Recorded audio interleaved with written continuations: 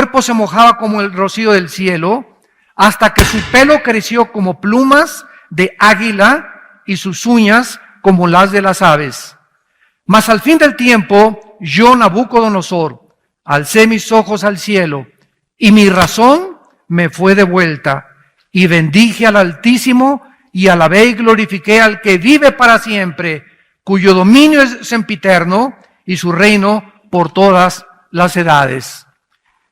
En este capítulo 4 de Daniel, nos estamos ubicando históricamente hace 2600 años aproximadamente, precisamente en la zona geográfica donde tuvo su inicio el Jardín del Edén o la civilización humana, ya que el Jardín del Edén, de acuerdo a la Biblia, estaba situado entre los ríos Tigris y Éufrates. Y es muy interesante que precisamente lo que hace 2600 años pasó con un rey.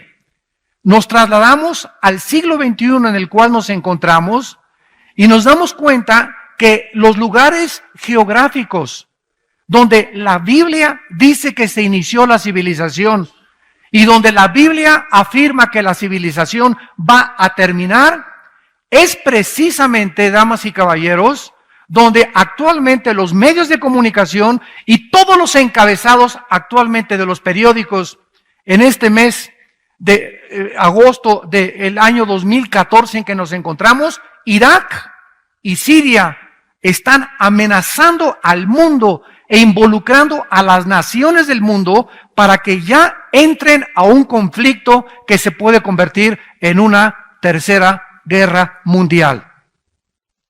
Ahorita está tan grande la tensión en el Medio Oriente entre esta guerra civil que hace algunos años el presidente de Estados Unidos retiró las tropas de Irak porque ya no querían, ¿verdad?, inmiscuirse en la política de Irak y dijeron, pues ustedes, los iraquíes, encárguense de defender su nación. Estados Unidos no quiere ya intervenir ni tampoco regresar al colonialismo, sino que ellos pudieran comenzar a resurgir como una nación. Desgraciadamente, Estados Unidos se retiró anticipadamente, porque Estados Unidos, cuando se retiró, se quedaron en Irak los chiitas, los musulmanes chiitas. Y para que podamos nosotros entender cómo está esta situación, voy a retroceder un poco a la historia, para que podamos tener una más comprensión más amplia de lo que está pasando en el mundo, porque tú como cristiano y yo también necesitamos estar actualizados y entender que lo que la Biblia explica es lo que está pasando a nuestro alrededor, porque esto demuestra las evidencias y la inspiración divina de las Sagradas Escrituras. 600 años después de que Cristo muere, más o menos en el año 620, había un Omar califa o un califa llamado Omar que comenzó a tratar de fundar el califato. ¿Qué cosa es el califato? El califato es el dominio de los califas, o sea, un rey gobernando a todos los musulmanes. Cuando Mahoma muere, entonces se divide los musulmanes en dos ramas. Unos decían, no, es que los musulmanes debemos de gobernar los que venimos de la herencia directa de Mahoma. Y estos fueron los sunis. Y otros dijeron, no, es que el derecho de gobernar es democráticamente. No tiene que ser a través del linaje de Mahoma, es por votación. Y ahí nacieron los chiitas. Entonces los mismos hermanos, ¿verdad?, musulmanes, se dividen completamente en dos secciones, los sunis y los chiitas. Pasa el tiempo y aproximadamente durante 400 años, los otomanos turcos musulmanes comenzaron a gobernar el mundo. Y llegamos al siglo XX, cuando a principios del siglo XX llegan entonces los musulmanes a tratar ya de entrar en Europa y en el África, y viene la Primera Guerra Mundial y los ingleses vencen después de la Primera Guerra Mundial, y entonces los ingleses comienzan a sacar a los otomanos turcos y se acaba a principios del siglo XX el imperio de los musulmanes o de los turcos. Sin embargo, en la sangre de ellos quedó el deseo de volver a revivir el califato, el dominio de los musulmanes en todo el Medio Oriente. Bueno, viene la Segunda Guerra Mundial, viene Hitler y entonces las Naciones Unidas votan para que los ingleses se salgan también de todo el Medio Oriente y entonces reparten el Medio Oriente, que se llamaba en aquel tiempo Palestina, por la esposa de uno de los emperadores romanos que se llamaba Palestina. Le quitan el nombre de Israel para robarle a Israel su nombre y entonces reparten a través de diferentes tratados diplomáticos la tierra de Palestina y le asignan a Israel una parte de esto. Y los refugiados que se quedan ahí en Israel, después de que los judíos regresan, son los que se llaman ahorita los palestinos, que ocupan la franja de Gaza, que están mandando cohetes a Israel, y el Banco Oriental, que es lo que era Judá, o también se llama actualmente Jericó. Muy bien, después de la Segunda Guerra Mundial, los árabes se juntan y los quieren volver a sacar a los judíos, y entonces, durante todo el siglo XX, los musulmanes fueron hechos completamente a un lado. Sin embargo, a partir del año 2004, 2005, más o menos, comienza un conflicto en el Medio Oriente que se llamó la Primavera del Medio Oriente o la Primavera Árabe, donde surge un grupo por primera vez en el Medio Oriente, en Egipto, que es el país donde más musulmanes tiene y que se llama la Hermandad Musulmana. Este grupo de la Hermandad Musulmana comenzaron a tratar de derrocar al presidente egipcio, lo cual lo lograron, y establecerse ellos para establecer el califato. No les funcionó porque volvieron otra vez a derrocar a ese presidente y entonces surge la guerra civil de Siria. Ahí en Siria los rebeldes quieren derrocar a Bashar Assad, sacarlo totalmente del presidente de Siria, porque el califato de los musulmanes no quieren ya monarcas ni reyes en el Medio Oriente. Ahorita están amenazando a los sauditas, Arabia Saudita, para sacar al rey, están amenazando al rey Hussein de Jordania, quieren completamente ellos gobernar todo el Medio Oriente. Estoy hablando de Siria, Irak, Irán, Jordania y el Líbano, para controlar el petróleo. El que controla el petróleo, damas y caballeros santos de Dios, la persona que controla el Medio Oriente, controla el mundo. Y esta es la razón por la cual los Estados Unidos de Norteamérica trataron de apoyar a Israel desde 1948, porque es el único aliado que tiene el Occidente. Todos los demás alrededor están tratando de entrar a apoderarse del petróleo y todo el mundo, ¿verdad? Rusia, Estados Unidos, Europa, todo el mundo porque quieren controlar el mundo, tal como la Biblia lo profetizó. El rey Nabucodonosor, hace 2600 años aproximadamente, quería hacer lo mismo, quería engrandecer completamente su imperio, dominar el mundo, y esto ha surgido en la naturaleza autodestructiva de todos los seres humanos, conquistar a los demás. La Biblia le llama a esto soberbia. Y el tema de esta mañana es la locura de la soberbia en el libro de Daniel. El rey Nabucodonosor fue el rey más famoso que ha tenido Babilonia, lo que es actualmente la nación de Irak. En Irak estaba el jardín del Edén. En Irak Dios puso a la primer pareja humana, Adán y Eva. En Irak el primer asesinato se llevó a cabo. Qué interesante, ¿no? El primer derramamiento de sangre, cuando Caín asesina a su hermano Abel, se llevó en la tierra de Irak. En Irak fue la primera rebelión mundial masiva contra Dios. Génesis capítulo 11, la Torre de Babel. En Irak es donde se han llevado los mayores conflictos. Y de acuerdo a la Biblia, qué interesante que cuando acaba la Biblia, Irak otra vez se convierte en el libro del Apocalipsis.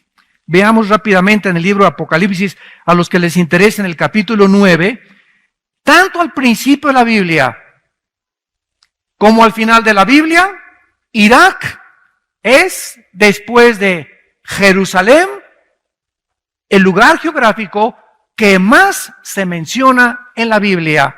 En la Biblia aparece con el nombre de Babilonia, o la tierra de Sinar, o la tierra de los caldeos.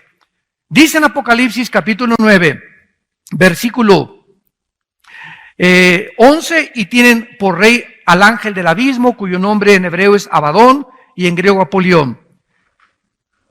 El primer ay pasó, vienen 2 ayes después de esto. El sexto ángel, esto sucede en la sexta trompeta del Apocalipsis. Oyó una voz entre los 4 cuernos del altar de oro que están delante de Dios, diciendo al ángel que tenía la trompeta: desata a los 4 ángeles que están atados junto al río Lerma. ¿Eso dice? Junto al río Nilo, junto al río Támesis. La Biblia es absolutamente específica. La Biblia nos muestra que junto al río Éufrates, donde comenzó la humanidad, donde se llevó el primer pecado, donde estuvo la primer pareja, donde Satanás ya había ocupado antes de Adán el huerto del Edén en el mundo preadámico, donde los ángeles caídos estuvieron ahí tratando de mezclarse y pervertir la genética humana en Génesis capítulo 6. En este mismo lugar geográfico aparece otra vez Irak al terminar la Biblia. Y entonces el Espíritu Santo nos corre las cortinas y nos muestra que en Irak se encuentra, porque el río Éufrates está precisamente en Irak. No podemos perder de vista esto. Es inequívocamente, ¿verdad?, absolutamente cierto de que estamos hablando del terreno de Irak. En Irak se encuentran los 4 ángeles caídos, más crueles y más sanguinarios de los que se rebelaron junto con Satanás. Están estos ángeles tan atados ahí en Irak que cuando se desaten van a matar a la tercera parte de la humanidad. Dice a continuación el versículo que acabamos de leer, el versículo 15, y fueron desatados los 4 ángeles, Apocalipsis 9, 15, que estaban preparados para la hora, día, mes y año, a fin de matar a la tercera parte de los hombres. Qué interesante, señores sociólogos, señores antropólogos, señores investigadores, que andan buscando ustedes en eruditos y en autores no cristianos y fuera de la Biblia, una información que solamente contiene la Biblia. Precisamente ahorita es en Irak donde se encuentra el conflicto que puede prender la mecha a una tercera guerra mundial. Es tan grave ahorita la situación en Irak que ahora sí ya, después de que en Irak se levanta un nuevo grupo que ya no es la hermandad musulmana, ahora en inglés es ISIS, ¿verdad? Que es el Estado Islámico. Entonces, este grupo islámico que en inglés se llama ISIS, Islamic State, de Irak y de Siria, que es la traducción al español, quieren revivir el califato bajo un hombre que se llama Abu Baghdadi. Y este hombre juntó un ejército de 20,000 hombres. Al Qaeda es Pinocho junto con ellos. Los mismos líderes de Al Qaeda han dicho: ni siquiera nosotros tenemos la crueldad de cortarle las cabezas y abrir los vientres de las mujeres y exhibirlos por todos lados, como lo hemos visto, con la sangre fría de estos grupos, completamente, nosotros lo sabemos, completamente endemoniados. Es un ejército de demonios en el Medio Oriente, que están avanzando ya desde Siria, tomaron Mosul, tomaron Tikrit, que era la ciudad donde nació Saddam Hussein, y están avanzando hacia Bagdad. Ahora que comenzaron a avanzar hacia Bagdad, el grupo del Estado Islámico, entonces Estados Unidos despertó, el presidente Obama despertó y dijo: Dios mío, comenzaron por todos lados, ¿quién los va a detener? Si llegan a Bagdad, en Irak, donde todos son chiitas, en Arabia Saudita son chiitas, en Irán son chiitas, y de una forma tienen que detener a los sunnis musulmanes que no se apoderen de Bagdad, ¿quién lo va a hacer? Entonces Estados Unidos consintió de comenzar a mandar aviones F-18 de guerra para comenzar a bombardearlos desde el aire, porque no quieren mandar tropas terrestres todavía, porque costaría billones de dólares que Estados Unidos ya no tiene. Entonces hay un vacío impresionante en el mundo de liderazgo. Durante más de 60 años, desde la Segunda Guerra Mundial, ¿quién ha tenido la preeminencia? ¿Quién ha sido el policía del mundo para combatir a los nazis, a los fascistas y a los comunistas? Estados Unidos de Norteamérica, con Europa, Inglaterra, etcétera, etcétera. Pero ahora que Estados Unidos ha caído económicamente, ahora que Europa se encuentra, España, Portugal, Grecia, Italia en la bancarrota económica, ahora que Alemania ya no tiene dinero para prestarles a las naciones para poder ayudarlas como tenían después de la Segunda Guerra Mundial, hay un vacío impresionante en el mundo. Y este vacío, ¿quién lo va a ocupar? ¿Quién va a cuidar ahora a todos estos salvajes de que se apoderen del mundo? Antes era Estados Unidos, Inglaterra y Europa, ya no quieren entrar. ¿Por qué no han podido detener a Putin? Putin llega con sus tropas descaradamente a Ucrania, se apodera de la península de Crimea, donde está el Mar Negro y donde está la base naval más grande de Rusia. ¿Por qué? Porque de ahí brinca Rusia, tal como Ezequiel capítulo 38 lo profetizó hace 2500 años en la Biblia. Rusia, Magog, Rosh y Magog van a brincar junto con Irán para atacar a Israel y apoderarse del petróleo. Todas las cosas que están profetizadas en la Biblia, ¿verdad? Lo tenemos en este libro que escribí y lo pueden encontrar ustedes también en la palabra de Dios. Pero ¿quién va a detener ahora este grupo? Pues están tratando de bombardearlos desde el aire y entonces ahora Europa dice ya no podemos entrar.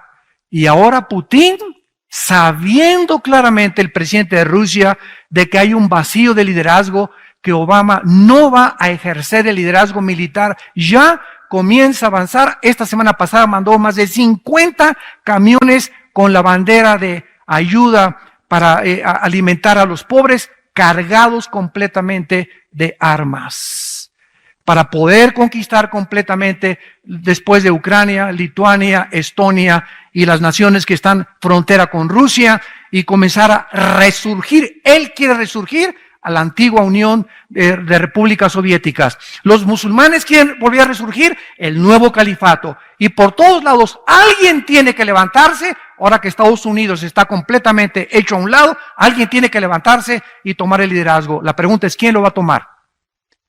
Y la persona que tome el liderazgo es la que va a precipitar al mundo a donde las profecías bíblicas dijeron que el mundo se dirigía.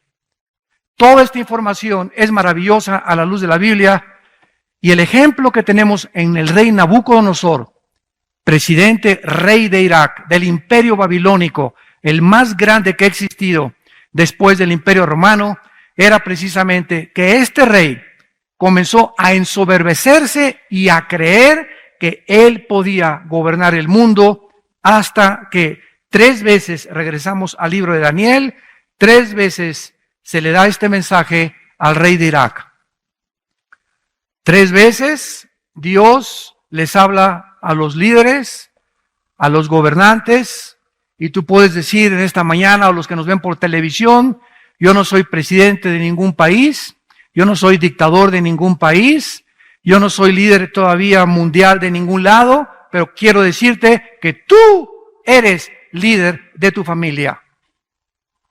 Tú eres líder de tu casa, de tus hijos y de tu esposo.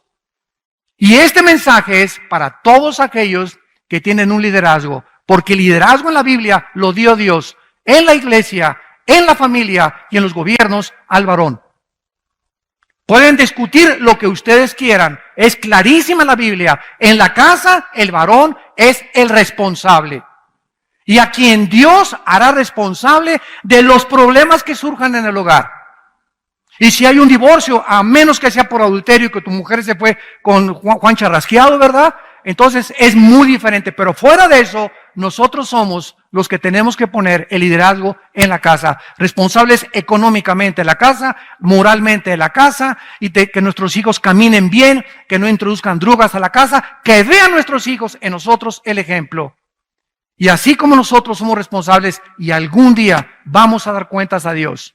Algún día, cuando tú mueras y yo muera, vamos a estar ante el tribunal de Dios. Te puedes reír todo lo que quieras y puedes burlarte todo lo que quieras de Dios.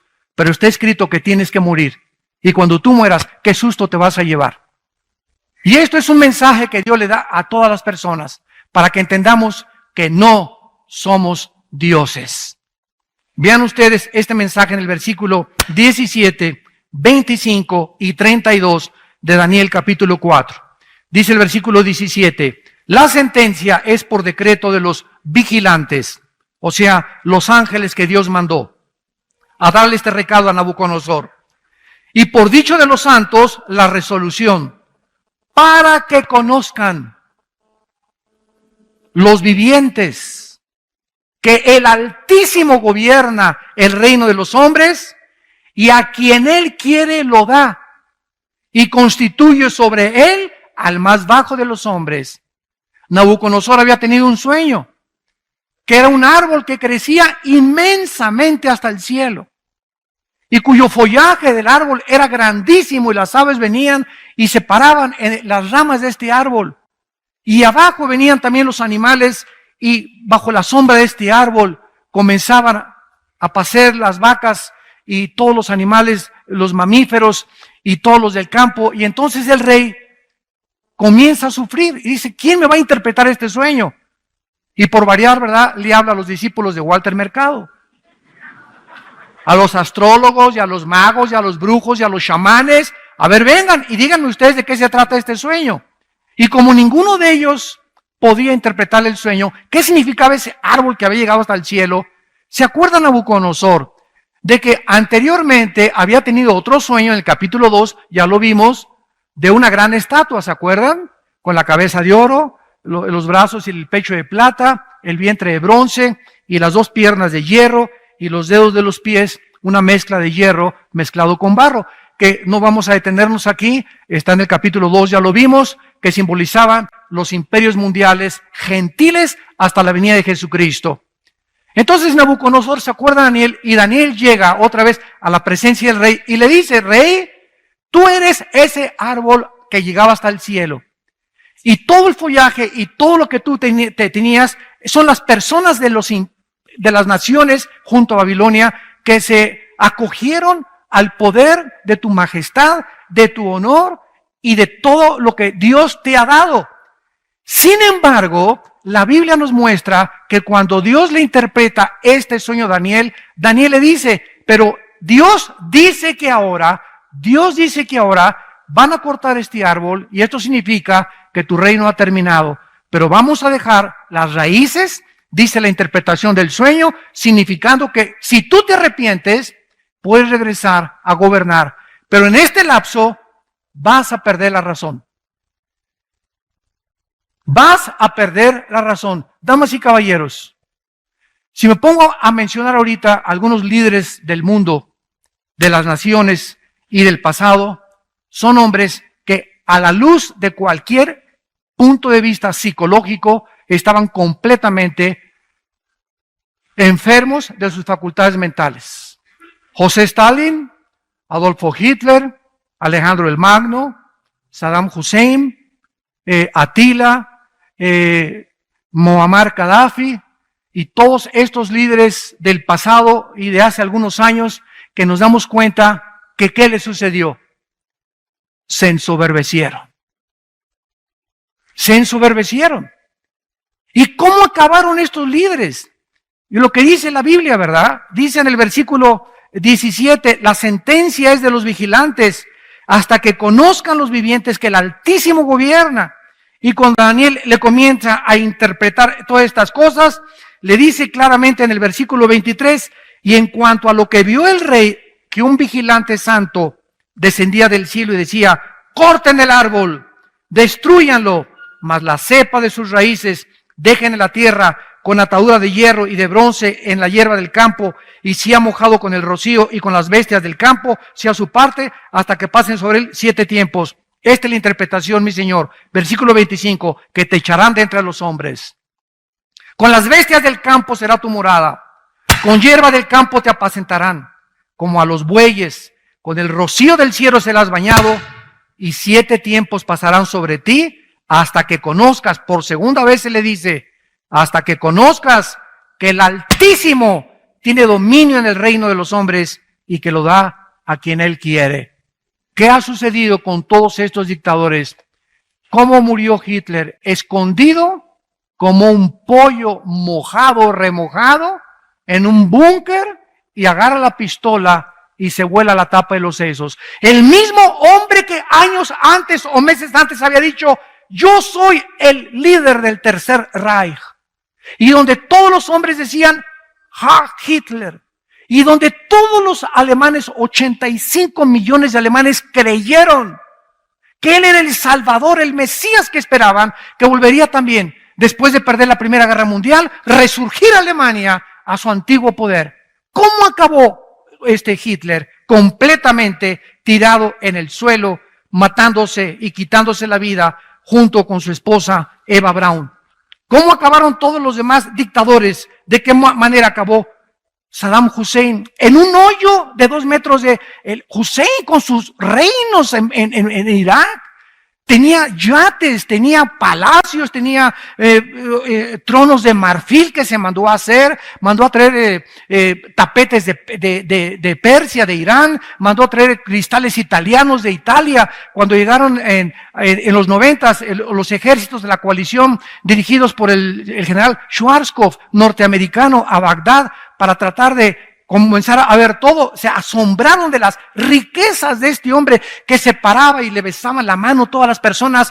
¿Cómo acaba Hussein en un hoyo de 3 metros con lleno de piojos en la barba y completamente desquiciado? Así acabó. ¿Cómo acabó Muammar Gaddafi, el líder de Libia? ¿Cómo acabó ese hombre que se paseaba así con un despotismo y una soberbia? Mandó matar mujeres, mandó matar niños, multimillonario, derribó un avión que salió de Londres hacia otro destino con 360 pasajeros y nadie le pudo hacer nada porque comenzó a vender el petróleo que tiene Libia. ¿Cómo acabó?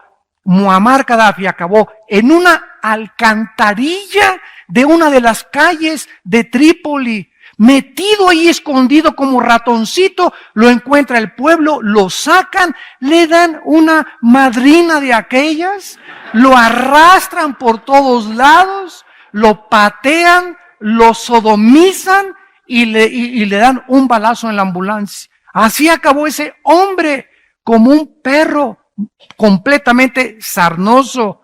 ¿Cómo murió Benito Mussolini en Italia? El contrapache, ¿verdad? Y el amigo y socio de Adolfo Hitler, Benito Mussolini, otro dictador, déspota, soberbio. Lo agarran en la plaza de Florencia y lo cuelga el mismo pueblo.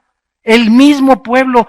Todos estos hombres, Hussein, Hitler, Gaddafi, Mussolini, son del siglo XX, de nuestra época, o de la época de nuestros padres o abuelos. Y el mundo no entiende, y los líderes que están ahorita y que siguen vivos, los siguen sin entender que Dios es el que gobierna. Él es el único soberano. Y si tú que me escuchas tienes un puesto político, de gobernante, de autoridad, o tienes una fábrica que has prosperado o un negocio que has prosperado, nunca te ensoberbezcas.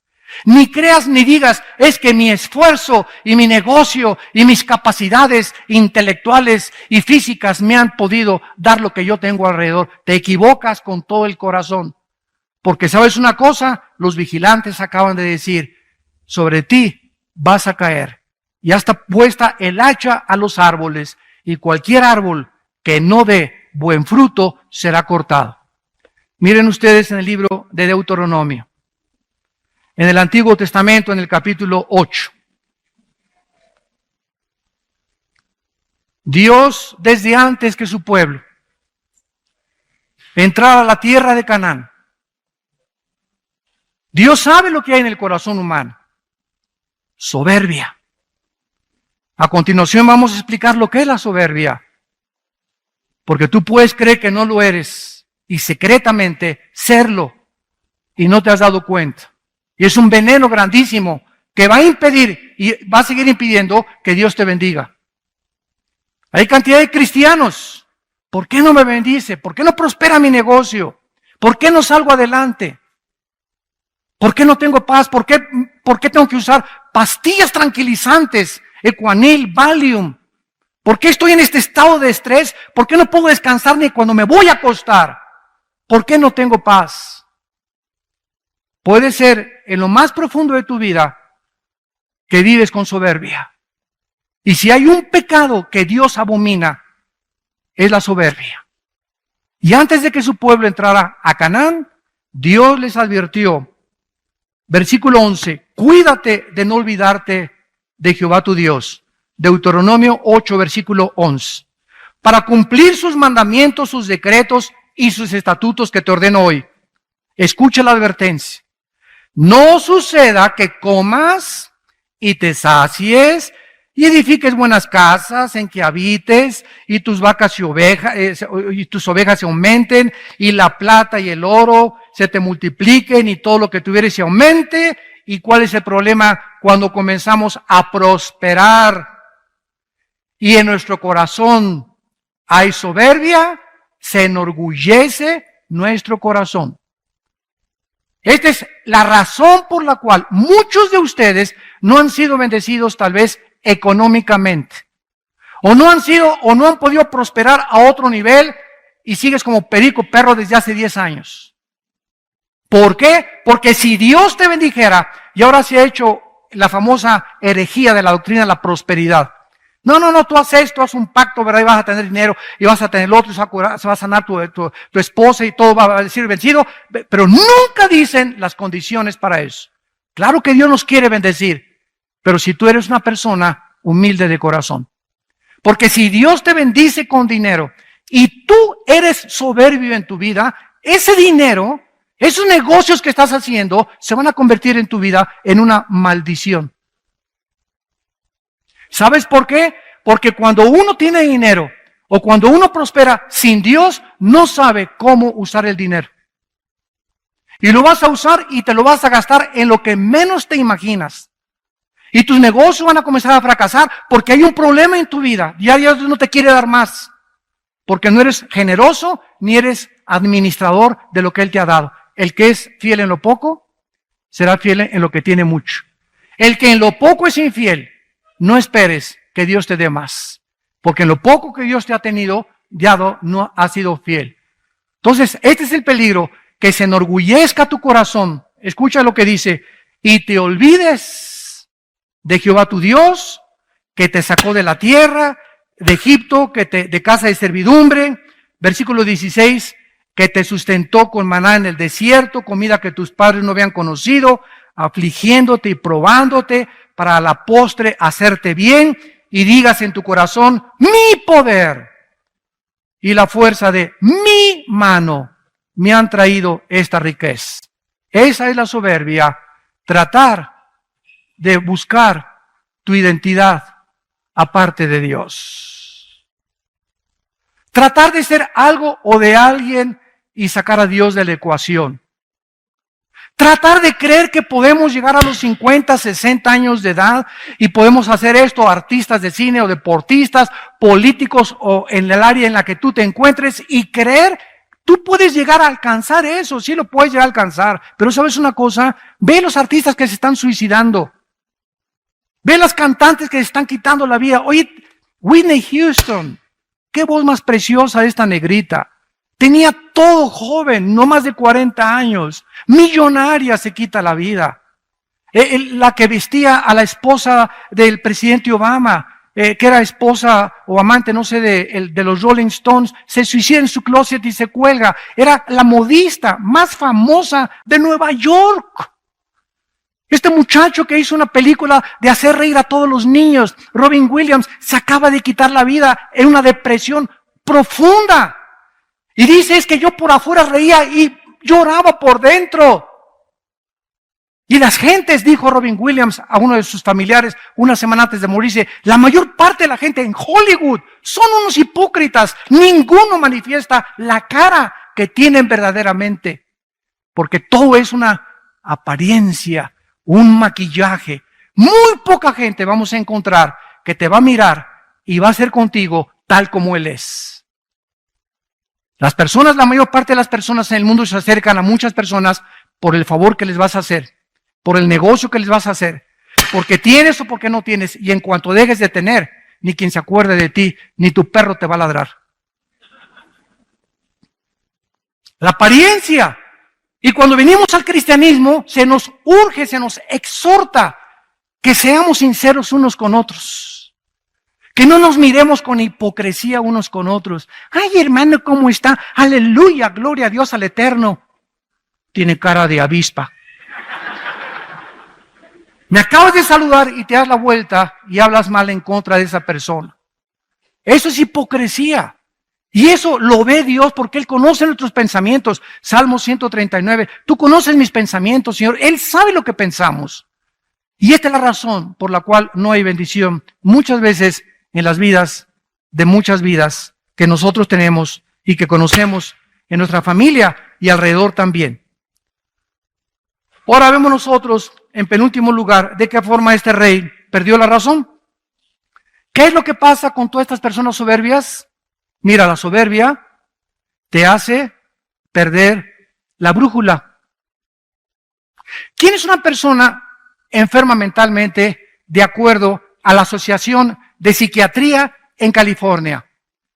Hay más de 100 características que mencionan que una persona no es normal.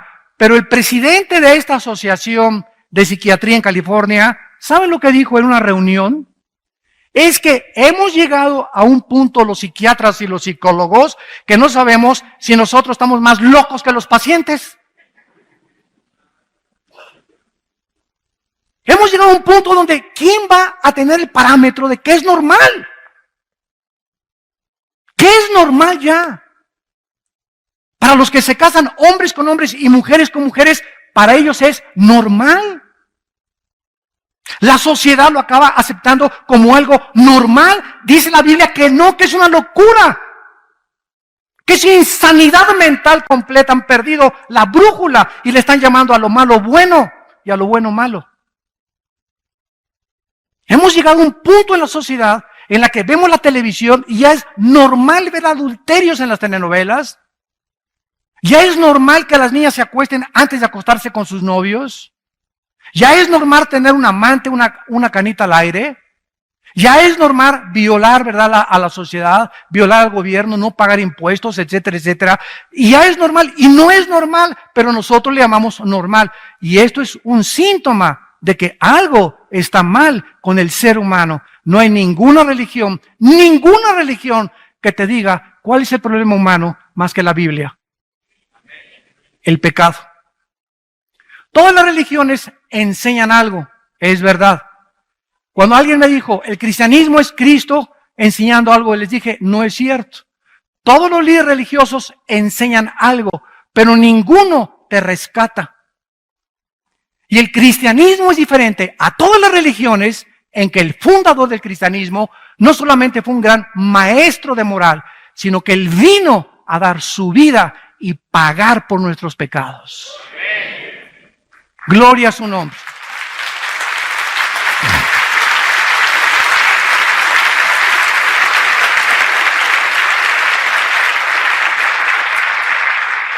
Esa es la grandeza del cristianismo. Es la diferencia del cristianismo a cualquier otra religión. Todas enseñan algo. Confucio enseñó algo, Mahoma enseñó algo, el Zaratustra enseñó algo, pero ninguno de ellos vino a rescatar a la humanidad, más que el Hijo de Dios en una cruz. Y cuando venimos a la historia del Hijo de Dios, a la historia de las naciones, a la arqueología moderna, a la genética, a la física, a la química, a la antropología, y la comparamos con la Biblia, decimos, es más moderna que el periódico de mañana en la mañana. Y esto es lo que está pasando en el mundo, son las evidencias más grandes. El otro día tuve la oportunidad de ver un programa de esos que hacen entrevistas en una estación de televisión, CNN, en un programa que se llama Cala. Y entrevistaron a un ateo, entrevistaron a un cura católico y entrevistaron, entre comillas, a un teólogo de una universidad de Florida. Y el ateo comenzó a decir, bueno, de veras, una risita que es clásico de los ateos, burlona. Yo todos los debates que he tenido con ateos siempre, sí, ¿verdad? Sí, estás loco. Siempre tienen esa actitud burlona. Es una soberbia impresionante que los caracteriza, que creen que ya para ser ateo tienes que ser omnisciente, tienes que haber conocido ya todo absolutamente y concluir en todo lo que sé y en todo lo que he investigado, concluyo, no existe Dios. No conoces ni dónde está Zapopan. Y el ateo dice, es que el Dios del Antiguo Testamento era un dictador, mandó matar a las personas. Y es una contradicción, atacando desde siempre. El ataque no es contra los musulmanes, ni contra los budistas, ni contra, es siempre los ataques siempre serán contra el cristianismo y contra la persona de Cristo. Nunca atacan a Buda, nunca atacan a Zoroastro, nunca atacan a Confucio, siempre es Cristo, la cruz o el cristianismo. Qué interesante, ¿verdad? No es coincidencia. Y dice, el Dios del Antiguo Testamento es un Dios soberbio, es un Dios déspota que manda matar a los cananitas, y en el Nuevo Testamento aparece otro Dios que se llama Cristo, que es el Dios de amor. ¿Qué contradicción dice? ¿Cómo me pueden explicar eso? Y el teólogo se acerca con él y le hace su sobadita y le dice, no, pues sí es cierto, ahora yo estoy de acuerdo que el Dios del Nuevo Testamento es Dios de amor, el del Antiguo Testamento es un dictador. El que mejor respuesta tuvo fue el curita de Nueva York. Por lo menos dijo cosas coherentes, me sorprendió. Reflejaba bastante paz el hombre y contestó claramente, ¿verdad? Claro que Dios es amor, pero Dios es un Dios también en el que en su carácter tiene que castigar la maldad. Si la maldad no fuera castigada, ¿qué sucedería? ¿Qué pasaría si no hubieran detenido a Hitler, a los nazis? ¿Qué hubiera pasado si no detienen a Mussolini en el fascismo en Italia? ¿Qué hubiera pasado si no se detiene a la Unión de Repúblicas Socialistas y expande el comunismo en toda Europa? ¿Qué hubiera sucedido? Estaríamos completamente a merced, estaríamos encarcelados a merced de dictadores. Y se tiene que usar la fuerza, señores, y la violencia y el ejército y los balazos y los macanazos, desgraciadamente, contra la violencia del ser humano y el pecado del ser humano. No hay otra forma de detener la maldad. Imagínate que te pasaras el alto y el policía te dijera, peace and love. Como no me hacen nada, ¿verdad? No, pero, si me ven, ¿verdad? No me lo paso porque hay una fuerza restrictiva que te está diciendo, hay una consecuencia si me paso un alto. Hay una consecuencia si violo las leyes de una sociedad. Hay una consecuencia si no llevo mis exámenes a la escuela, me reprueban y me pueden expulsar. Hay consecuencias de nuestras acciones y las consecuencias muchas veces son graves. Y no le eche la culpa al juez que te condena a cadena perpetua, sino a la maldad que no has querido sacar de tu propio corazón, a la soberbia de vivir independiente de Dios. De creer que puedes encontrar tu identidad, no en los Rolling Stones, no en Madonna, no en el deportista, no en aquello. Por eso hay tanto idolatría en el mundo de deportistas, artistas. Cada presidente que entra es el Salvador, ese es el Mesías. Siempre la gente en los hombres, en los hombres, en los hombres. Y ningún hombre es perfecto para poder cambiar nuestro corazón.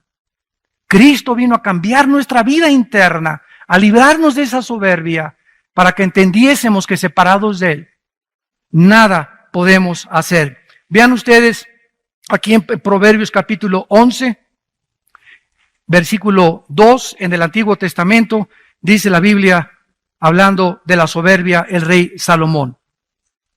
Proverbios capítulo 11, versículo 2. Cuando viene la soberbia, viene también la deshonra, mas con los humildes está la sabiduría.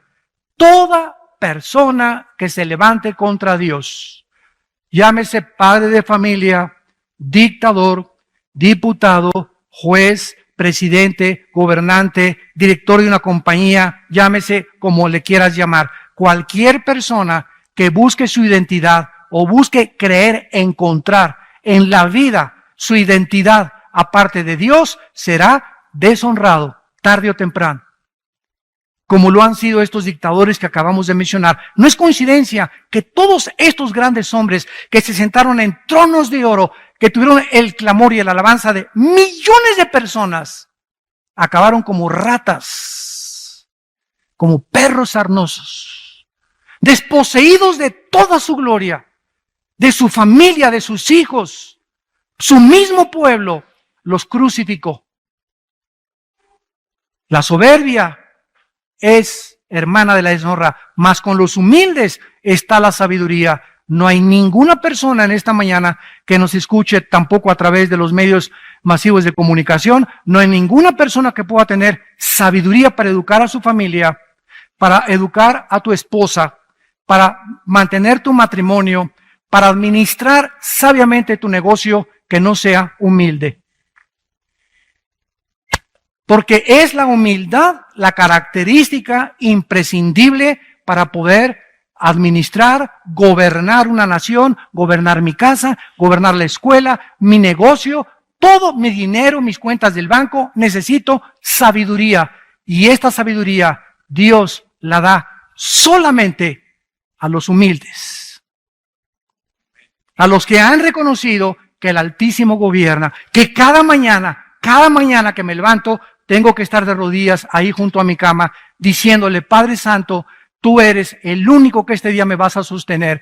Yo, separado de ti, no puedo hacer nada, no soy nadie absolutamente sin ti, Señor. Ayúdame con mi esposa, ayúdame con mis hijos, dame sabiduría para administrar este dinero, dame sabiduría para este negocio, dame sabiduría. Me levanto en la mañana, me lleno de la palabra de Dios, tengo comunión con Dios y comienzo a enfrentar la vida con esa sabiduría que solo el Espíritu Santo puede dar. Y esa sabiduría, escuchen, siempre va acompañada de paz interior. Nos sentimos tranquilos.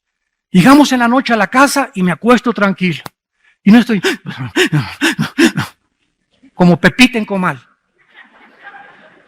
Y me despierto a las 11, y eso, y pienso, ¿y qué haré mañana? Y a la 1 de la mañana, y prendo un cigarro a la 1 de la mañana, o se echa un mezcal a las 2 de la mañana, o unas pastillas tranquilizantes, y te levantas como león enjaulado. Ya tus hijos no tienen comunión contigo, no tienes tiempo para nada, te vas de vacaciones, y el domingo que es para descansar, llegas a tu casa y a seguir trabajando, porque eres un hombre trabajador. Eres tonto.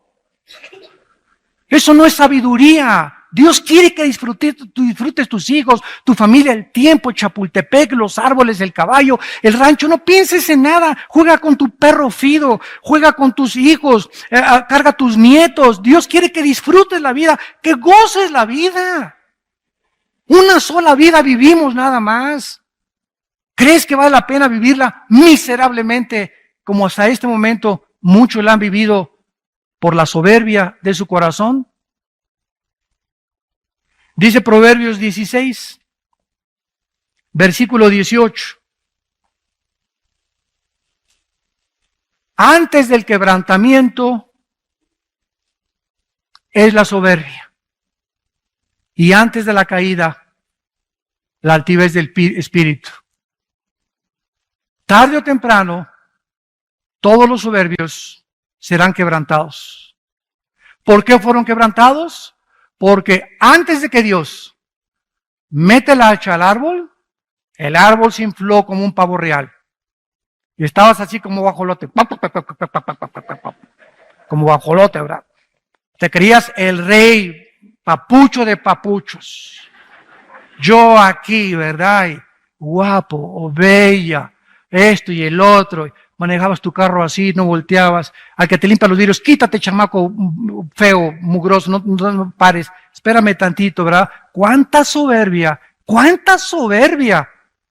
hay en el corazón? Ese pobre muchacho que te está limpiando los vidrios o que te da grasa en los zapatos, no tuvo la oportunidad que tú tuviste para ir a la universidad.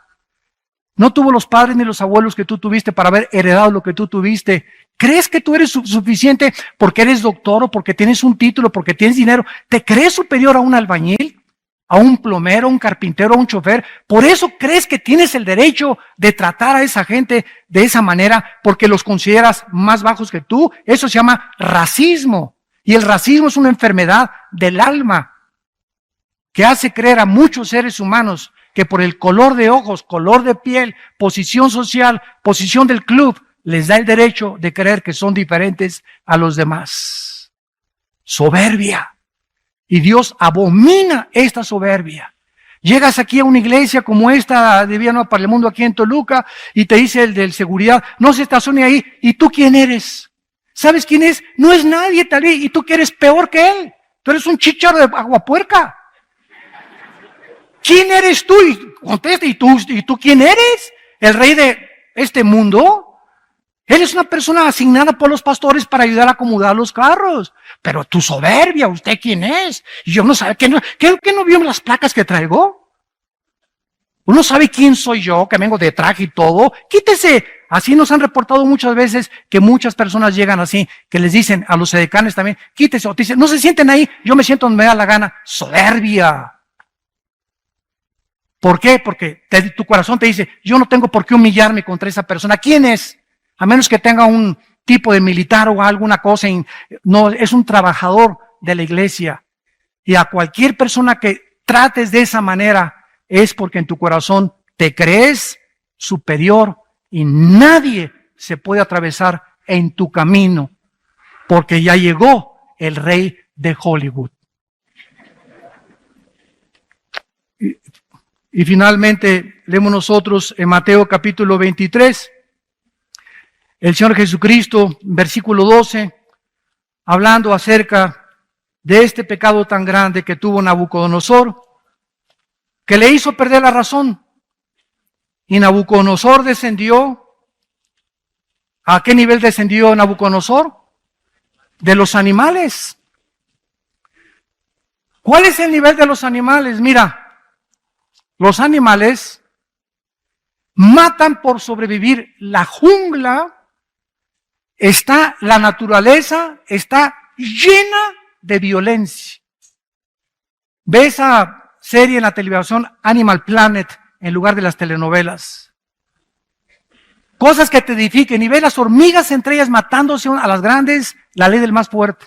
El tiburón comienza a los chiquitos, los leones, ¿verdad?, sobre las cebrillas indefensas. Es una violencia en la naturaleza, pero toda esa violencia que ves, ninguno de ellos, ni las hormigas, ni los leones, ni los cocodrilos, ni los tiburones, a ninguno de ellos va a juzgar Dios. Todos ellos no son culpables de esa violencia.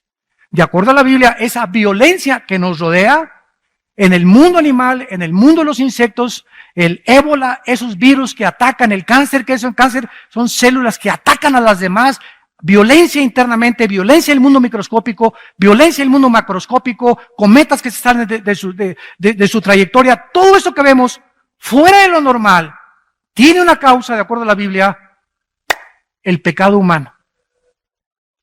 Cuando Dios creó al hombre a su imagen y semejanza, Dios asoció la moral del ser humano con lo que pasa alrededor. En el momento en que Adán y Eva se rebelan contra Dios, las flores comienzan a tener espinas, los alacranes veneno, las víboras veneno, los leones se convierten feroces, y todo esto se cambiará cuando Cristo regrese en el milenio.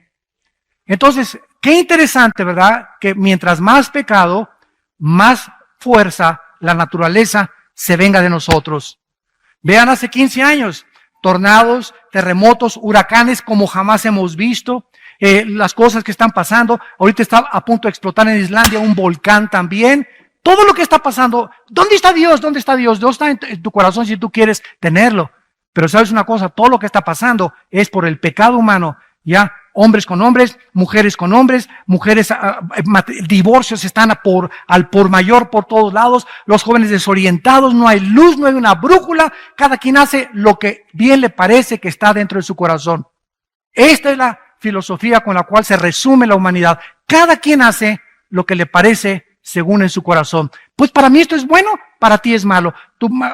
Tú sigue con eso, para mí esto es bueno. ¿Sabes una cosa? Si fuera así, el relativismo, entonces, ¿quién nos da el parámetro y la línea y la medida de la moral? Para eso nos dejó Dios este libro. La Biblia, para que sepamos qué es bueno y qué es malo. Si Dios condena algo aquí es porque es malo. No lo dices tú, la doctora Corazón, Walter Mercado, el psiquiatra, ni el psicólogo. Lo dice Dios. Él estableció las leyes morales para que sobreviviéramos. Y por eso estamos a punto de autodestruirnos por la soberbia que han sacado a Dios de sus corazones. Y finalmente dice Mateo 23, versículo 12.